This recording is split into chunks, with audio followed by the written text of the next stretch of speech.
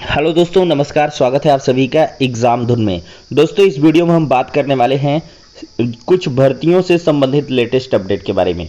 दोस्तों, देखा जाए तो सेना भर्ती अब शुरू होने वाली हैं, लेकिन एक बड़ा बदलाव होगा और नए नीतियों से 2 साल बाद जो भर्ती प्रक्रिया है वो शुरू होने वाली है। लाखों पदों पर दोस्तों भर्तियां होंगी और साथ ही साथ रेलवे में 10,000 पदों को खत्म करने की तैयारी है। 1894 एडेड जूनियर भर्ती और नई टीजीटी पीजीटी पर भी हम चर्चा करने वाले हैं। तो चलिए दोस्तों, वीडियो को शुरू करते हैं। तो दोस्तों, यहाँ पर देख सकते हैं सेना में 2 साल बाद नई नीति से भर्ती होगी। जवानों का कार्यकाल है वो 6 महीने के प्रशिक्षण समेत हो सकता है कुल 4 साल का। तो जो युवाओं का कार्यकाल रहेगा पहले, वो 4 साल का रहने वाला है, जिसमें 6 महीने का प्रशिक्षण भी इंक्लूड होगा। मतलब 3.5 साल ही वो सेना में अपना जो है योगदान दे पाएंगे। फिर इसके बाद स्क्रीनिंग होगी और तब उनको जो है परमानेंट किया जाएगा। तो दोस्तों, कोरोना के कारण पिछले 2 साल से बंद पड़ी सेना की भर्ती फिर शुरू करने की तैयारी हो गई है। हालांकि इस बार एक नई नीति के तहत भर्ती की बात कही जा रही है। इस नीति के तहत अधिकारी से नीचे के पदों पर अल्प अवधि यानी कि शॉर्ट सर्विस के लिए सेना में भर्ती की जाएगी। इस नीति के तहत भर्ती किए गए जवानों का जो कार्यकाल है वो 6 महीने के प्रशिक्षण समेत कुल 4 वर्ष का हो सकता है। बताया जा रहा है कि नई नीति के तहत भर्ती होने वाले जवानों को सेना छोड़ते समय कुछ लाख रुपए का एक मुश्त जो है वो पैकेज दिया जाएगा।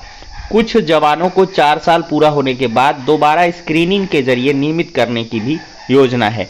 तो इस साल वर्ष अगस्त से दिसंबर के बीच देश के अलग अलग इलाकों में सेना भर्ती के लिए रैलियां आयोजित होंगी। इस बारे में क्षेत्रीय सैन्य कमानों को पत्र भेजा जा चुका है और बड़े स्तर पर होने वाली भर्तियों के लिए स्क्रीनिंग बोर्ड और मेडिकल अफसरों की तैनाती के आदेश दे दिए गए हैं। यहाँ पर दोस्तों बताया गया है कि भर्ती की तैयारियों के साथ ऑनलाइन आवेदन प्रक्रिया का खाका भी बन गया है। 45 दिन पहले उम्मीदवारों को ऑनलाइन प्रक्रिया पूरी करनी होगी। मतलब इसके लिए रजिस्ट्रेशन वगैरह कराने होंगे। अब दोस्तों, कोरोना के आरंभ से बंद है भर्ती। देखिए, मार्च 2020 में कोरोना महामारी की शुरुआत से पहले देश में 1 अप्रैल से 30 सितंबर और 1 अक्टूबर से 31 मार्च के बीच भर्ती रैलियों का आयोजन होता था।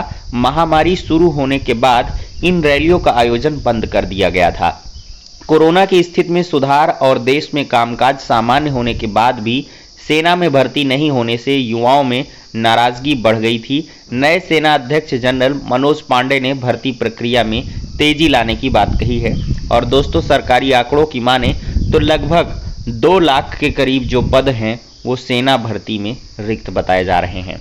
तो दोस्तों, ये जरूर है कि अगस्त से दिसंबर तक कम से कम 1 लाख पदों पर हम भर्ती की उम्मीद करेंगे और इससे युवाओं को रोजगार मिल पाएगा। तो भाई, जो सेना भर्ती में जाना चाहते हैं, उसके लिए एलिजिबिलिटी रखते हैं, तो अवश्य इसकी तैयारी वगैरह कर लें, क्योंकि रैलियां होंगी और उसके माध्यम से चयन यहाँ पर होगा। लेकिन एक बात ध्यान रखिएगा, 4 साल के लिए ही जॉब मान के चलिएगा और एक मुश्त रकम भी दी जाएगी। अगर बेहतर परफॉर्मेंस हुआ तो 12 स्क्रीनिंग हुई और अगर उसको आपने पार कर लिया तो आपको नियमित भी कर दिया जाएगा।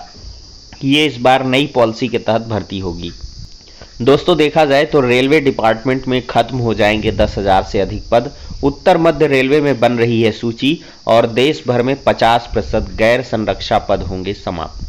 तो गैर संरक्षा श्रेणी के 21,500 पद हैं। North Central Railway men's union के जोनल महामंत्री आरडी यादव के अनुसार एनसीआर में गैर संरक्षा श्रेणी के 21,500 पद हैं। ऐसे में 10,000 से ऊपर पद खत्म होंगे। एनसीआर के मुख्य जनसंपर्क अधिकारी शिवम शर्मा ने बताया कि बोर्ड के पत्र पर विचार हो रहा है।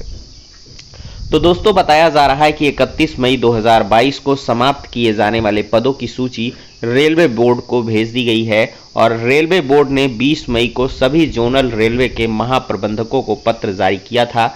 डायरेक्टर एमपीपी रेणु यादव की ओर से जारी पत्र में गैर संरक्षा श्रेणी के 50% पदों को तत्काल समाप्त करने के लिए कहा गया है। तो दोस्तों, यहाँ पर 10,000 से अधिक एनसीआर में अकेले ये पद समाप्त हो जाएंगे। अगर देखा जाए तो देश भर में कुल 91,000 के करीब जो पोस्ट हैं वो गैर जरूरी हैं, ऐसा रेलवे डिपार्टमेंट मानता है और इनको खत्म करेगा तो अवश्य ही जो रोजगार के रेलवे डिपार्टमेंट में अवसर हैं लाखों पदों पर, वो स्वतः समाप्त हो जाएंगे। तो कैसा लगा, इसकी प्रतिक्रिया कमेंट बॉक्स में अवश्य देंगे।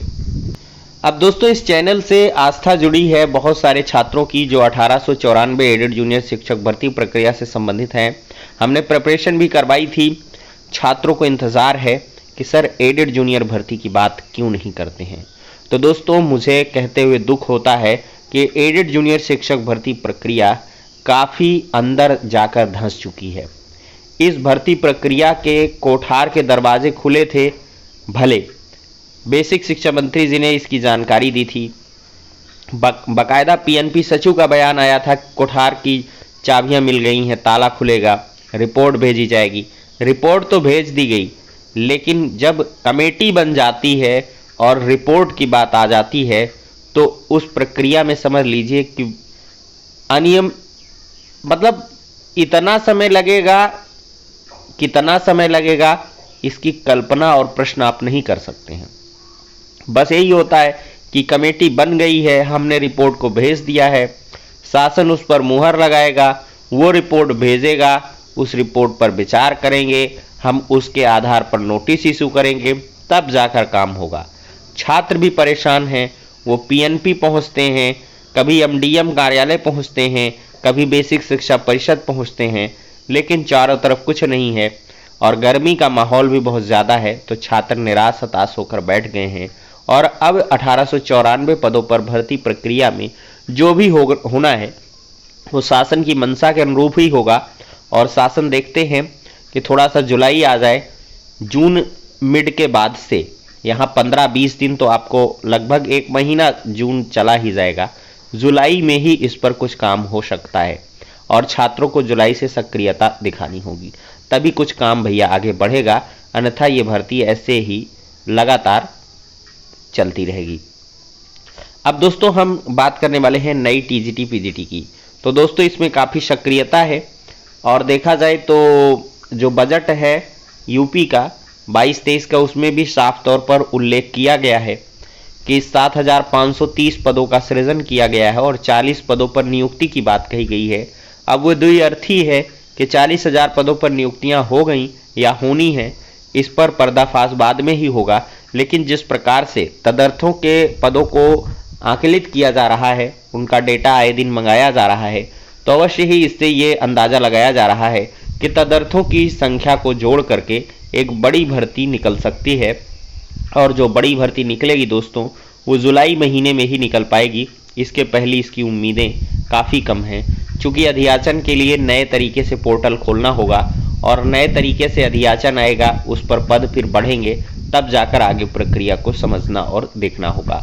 लेकिन दोस्तों, ये ज़रूर है कि नवंबर-दिसंबर तक आपको टीजीटी पीजीटी भर्ती की परीक्षा देखने के लिए मिल सकती है। तो इस वजह से तैयारियां लगातार ऐसे छात्र जो बीएड कर रखे हैं जारी रखें। तो फिलहाल के लिए इस वीडियो में इतना ही, नेक्स्ट में मिलते हैं।